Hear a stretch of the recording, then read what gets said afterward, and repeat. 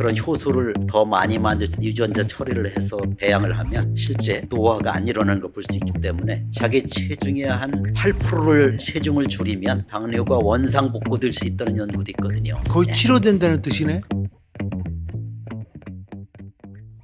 안녕하십니까. 안녕하십니까? 바노 웰리스 TV 이왕재입니다. 가을 냄새가 좀 나는 듯해서 좀 마음이 굉장히 기쁜데 그래도 아직 덥습니다. 이 더운 8월에 건강과 생명 8월 초대석으로 서울 삼성병원의 가정의학과 교수를 지내시고 이전 정년퇴임을 하신 유준현 교수님을 모셨어요. 특히 실제 삼성에 계실 때 당뇨병 환자를 참 많이 보셨던 것으로 제가 알고 있고요. 그래서 특별히 우리가 이제 아마 8.15 특집에 당뇨병에 걸렸을 때 심혈관계 어떤 합병증이 있는지에 대해서 글을 청탁을 해서 아주 좋은 글을 받았어요. 그래서 오늘 유준현 교수님을 직접 모시고 설명을 듣는 그런 기회를 만들었습니다. 그래서 모셨으니까 우리 유준현 교수님 정말 제가 내 후배지만 정말 제가 존경하는 그런 교수입니다. 그래서 우리 그 건생 가족들, 바노 웰리스 TV 가족들에게 인사 좀 해주시죠. 네, 안녕하십니까? 소개받은 유준현입니다. 건강과 생명이라는 좋은 기사를 담는 좋은 잡지에 이렇게 제 원고가 실리게 되었는데 이 자리를 빌어서 이렇게 만나 뵙게 돼서 대단히 반갑습니다. 감사합니다. 고맙습니다. 기고하신 글을 보면은 결국은 당뇨병 환자의 주요 사망 원인이 심혈관계 질환이라는 점을 강조하셨는데 이제 뭐 그 얘기를 하기에 앞서서 우리나라 당뇨병 실태에 대해서 조금 먼저 소개를 좀 해주셔서 뭐 좀 심각한지 어떤지 뭐 그런 상황을 좀 설명을 좀 해주시면 어떨까요? 네, 우리나라뿐만 아니라 전 세계적으로 당뇨병은 이제 급격하게 증가하는 병으로 알려져 있죠. 우리 코로나가 유행할 때 이제 코로나 대유행이라는 말을 썼는데 실제 당뇨병도 대유행이라는 말을 쓰죠. 전 세계적으로 뭐 한 8억 명가량 환자가 있는 거로 추측이 되고 우리나라에도 한 600만 명으로 추산이 됩니다. 특별히 젊은 사람들 당뇨병 급증해서요. 20대 환자는 2배가량이 늘었고 그런 점이 굉장히 중요한 지적이에요. 본인들은 모르는 채로 많이 늘어나고 있다고요. 특별히 65세가 넘으면 정말 반 이상까지도 갈 수 있죠. 당뇨병 유병률이라고 말하는데 우리나라 총 600만 명으로 추산하거든요. 환자가. 네. 근데 놀라운 사실은 이 당뇨 예비 단계 이게 지금 한 1,400만으로 추산되니까 당뇨병 환자하고 합치면 2,000만. 우리나라 인구의 한 40%가 당뇨 관련 그런 상태에 놓여 있다고 하니까 굉장히 큰 문제라고 볼 수 있죠. 심각하네요. 네, 심각하지만 다들 심각하다고 생각하지 않는 게 더 심각할 수도 있겠죠. 아무런 생각을 못 한다는 게 또 더 심각하네요. 맞아요. 우리가 건강검진을 받으면 당 수치가 뭐 얼마라고 나오잖아요. 아직은 괜찮습니다. 지내보시오. 운동하시고요. 조금 덜 먹고요. 이렇게 하고 지나가거든요. 보통은. 근데 이제 지금 당이 어느 정도 높다는 사실은 내 몸에 상당한 변화가 있다는 것을 말해주거든요. 근데 그 변화가 눈에는 안 보이잖아요. 증상이 없으니까. 그럼요. 대개는 본인이 느낄 수 있는 것은 내가 좀 배가 나왔다, 체중이 불었다 이 정도 느낄 수가 있잖아요. 근데 이제 몸 속에서는 당을 처리하는 대사 부분에서 많은 변화가 일어나고 있다는 것이죠. 그것이 대표적인 게 보통 이제 인슐린 저항성이라는 말을 하잖아요. 인슐린은 당뇨 걸리면 이제 인슐린 주사를 맞는 분들이 점점 늘어나죠. 오래 당뇨 앓는 기간이 늘어날수록 주사를 이제 본인이 맞게 되는. 근데 그 인슐린이 본래 우리 몸에서 만들어지는 거죠. 그렇죠. 예. 옛날에 인슐린이라는 걸 몰랐는데 1921년도에 이게 발견이 됐다고. 그러니까 100년 지났어요. 우리 유진현 교수 역사에 강해. 굉장히. 인슐린 발견된 지 100년이 지났는데 이게 잘 안 만들어지면 당이 올라가면 이게 만들어져서 피 속에서 분비가 돼가지고 당을 낮추는 게 이제 인슐린 기능이라고요. 근데 인슐린 저항성이라는 거는 인슐린이 높아져도 당이 잘 안 떨어지는 상태죠. 이게 대개 이제 배가 나오고 뚱뚱한 사람들은 인슐린 저항성이 있어요. 근데 피 검사를 해서 당이 조금 높다고 하는 분들은 이미 몇 년 전부터 인슐린 저항성이 생겨 있다는 것을 말해주는 그 단서로 보는 거죠.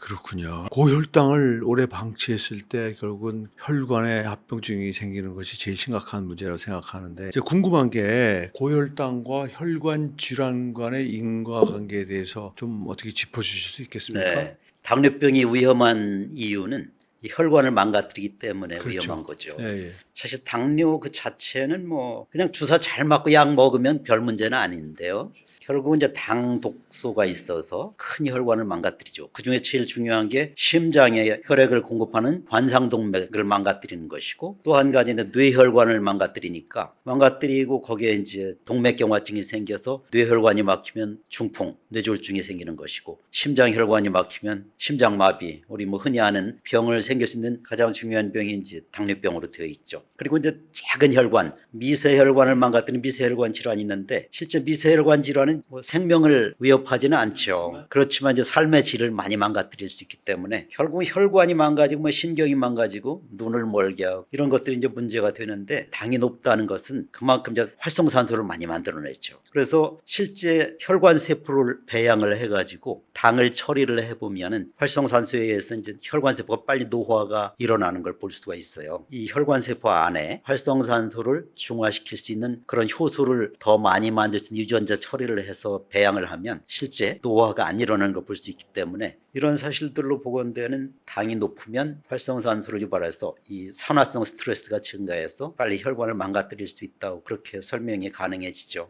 굉장히 중요한 얘기를 하시네. 네. 그래서 실제 보면은요, 논문은 예컨대 고혈당을 유지하시는 분들의 피 속에 항산화제가 고갈이 된다는 논문이 많아요. 많이 있죠. 비타민 C든 네. 비타민 E든 레벨이 바닥을 친다는 거. 뭐 그거를 우리 시청자 여러분들이 금방 알아들 거 아니에요. 지금 우리 유 교수님이 설명해 주신 것처럼 산화적 손상이 심해지기 때문에 그걸 우리 몸에서는 막기 위해서 항산화제들이 다 소모된다라고 볼 수가 있는 거죠. 그러면 당뇨병이 비록 걸렸지만 그 심혈관계에 미치는 영향을 최소화하기 위해서는 난 여러 가지 요소들을 우리가 신경 써야 될 것 같은데, 우리 환자들을 오랫동안 보시면서 어떻게 지도를 하셨는지 그 실질적인 얘기들 좀 네. 해주시면 어떨까 싶어요. 이게 당뇨병의 혈관 합병증을 막기 위한 노력은 한 가지가 아니죠. 아주 복합적인 것이고 생활의 전반적인 부분에 다 관련이 된다고 봐야죠. 그중에 제일 중요한 게 흡연입니다. 담배를 피우는 사람은 활성산소도 많이 생기고 이제 혈관 노화를 빨리 진행시키고 동맥경화를 촉진시키기 때문에 담배를 피시는 분들은 이제 담배를 끊는 게 유일한 방법이죠, 사실.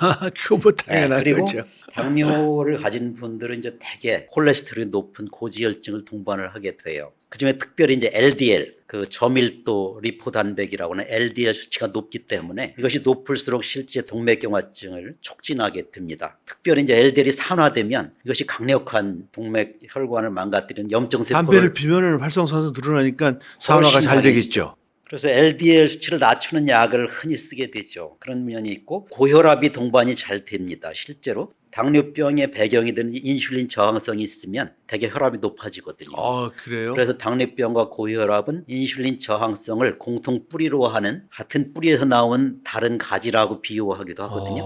그렇구나. 그래서 이런 인슐린 저항성을 낮추기 위한 노력도 필요하겠지만, 고혈압이 있는 환자들은 반드시 혈압을 낮추는 약을 복용하는 게 필수적이라고 볼 수 있겠고요. 그리고 많은 스트레스를 받으면 혈관도 스트레스를 받아요. 이런 정신적 스트레스라든지 아주 과로하고 힘든 상태가 하루 이틀 몇 달이 지속된다면 혈관도 엄청난 스트레스 받게 되죠. 그러면 이제 혈관 속에 코티솔이라고 하는 스트레스 호르몬이 많이 높아지게 되죠. 우리 흔히 말하면 아드레날린 뭐 이런 호르몬도 높아지고, 그러니 혈관이 수축하게 되고 많은 염증 반응을 일으키게 되기 때문에 이런 것들이 모두 다 활성산소를 올리는 역할을 또 하게 되고, 그래서 우리의 삶을 상당히 여유가 있으면서도 관련된 그런 위험 요인들을 낮출 수 있는 노력을 총체적으로 하는 노력이 필요하다고 봐야죠.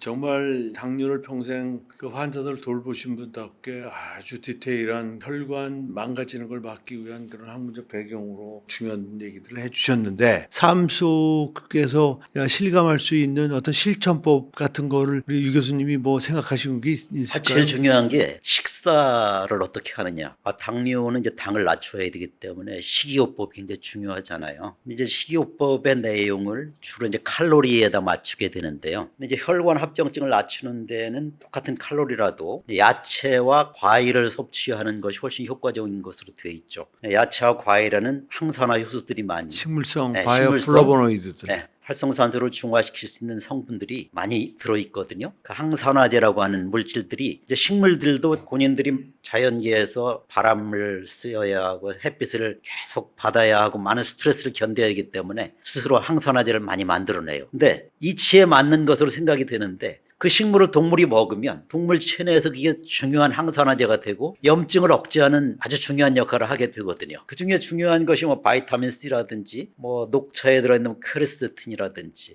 EGCG, 카테킨 같은 물질들, 와인 속에 있는 레스베라트롤 아주 중요한 것들이죠. 그것이 식물 속에 있지만 동물이 먹었을 때는 대부분 항산화제면서 항염증제이면서 또 혈관 신생을 억제하고 암 발생도 억제하는 아주 일관성 있는 그런 효과를 보이거든요. 이 당뇨가 있는 분들이 과일을 안 드시는 분들도 꽤 있는데 소량의 과일을 먹는 게 유익한 거로 돼 있어요. 그래서 우리가 건강 관리를 할 때에 야채와 과일을 적절히 먹는 것이 도움이 된다고 이야기를 하잖아요. 당뇨병 환자는 일반 사람에 비해서 야채와 과일을 먹는 게 더 유익하다고 알려져 있죠. 이렇게 균형되게 먹기가 사실 쉽지는 않은 것 같아요. 근데 아무튼 과일 먹는 거에 대해서 생각보다 많은 분들이 편견을 가지고 당이 싶죠. 많다고 그래가지고 제 친구 하나는 보니까 뭐 그거 먹으면 당 쫙 올라간다고 안 먹더라고요. 그래서 그런 부분은 안타까워서 디테일한 교육이 필요하지 않나 하는 생각이 드는데 그 건강한 그 생활 습관에 대한 얘기를 해주셨는데 체중 관리도 중요하지요. 그럼요. 체중 관리. 체중 관리 전에 빠뜨릴 수 없는 게 이제 운동이잖아요. 그러니까요. 어떤 분들은 운동을 하시면 활성산소가 늘어난다는 말씀을 하시는데 실제 지금 당장 운동 한 20분 하고 들어오면 활성산소 늘어나는 건 사실이에요. 늘어나죠. 근데 규칙적으로 하게 되면은 그런 활성산소를 중화시키는 항산화 효소가 SOD. 우리 몸에서 이제 이렇게 활성화되거든요. 맞습니다. 그래서 활성산소를 제거할 수 있는 능력이 훨씬 높아지는 거죠. 그래서 우리 몸이 나쁜 유해 요소들로부터 보호될 수 있는 장벽이 더 커진다고 볼 수 있기 때문에 강한 몸을 만들어갈 수 있는 것이죠. 규칙적인 운동이 중요해요. 네, 규칙적인 생활이 중요하고요. 근데 체중 관리 굉장히 중요하죠. 최근에 나온 그 연구 논문들을 보면은요, 당뇨병 환자가 오래되지 않은 사람들, 짧게는 2년, 길게는 5년 정도 된 당뇨병 환자들이 자기 체중의 한 8%를 체중을 줄이면 당뇨가 원상복구될 수 있다는 연구도 있거든요. 거의 치료된다는 뜻이네. 약을 안 먹고도 당을 조절할 수 있는 수준으로 돌아갈 수 있다는 거죠. 와, 그건 뭐 놀라운 결과네. 체중을 줄이는 것이 굉장히 중요하죠. 본인 체중이 당뇨가 생기기 전에 비해서 10%가 늘었다 하면 뭐 대개는 한 15%, 20% 늘은 사람이 많이 있을 겁니다. 최소 5%는 빼는 게 훨씬 유리하죠. 5%를 줄이면은요, 약을 3가지 먹는 사람이 약을 1가지를 줄일 수가 있어요. 더 줄이면 약을 더 줄일 수도 있고 사람에 따라서는 약을 안 먹고도 당을 조절할 수 있는 그런 사람들이 생겨나요. 대개 10명 중에 4명 정도 약을 끊을 수도 있었다는 연구가 있거든요. 잘 지도를 받아서 좋은 실천을 한다면 도전해 볼 수 있는 뿐만 아니라 규칙적으로 수면하는 게 중요해요. 예방에 중요하고 치료에도 중요합니다. 들쭉날쭉 생활하는 것이 굉장히 좋지 않습니다. 실제로. 그게 뭐 스타디 된 게 있나요? 그럼요.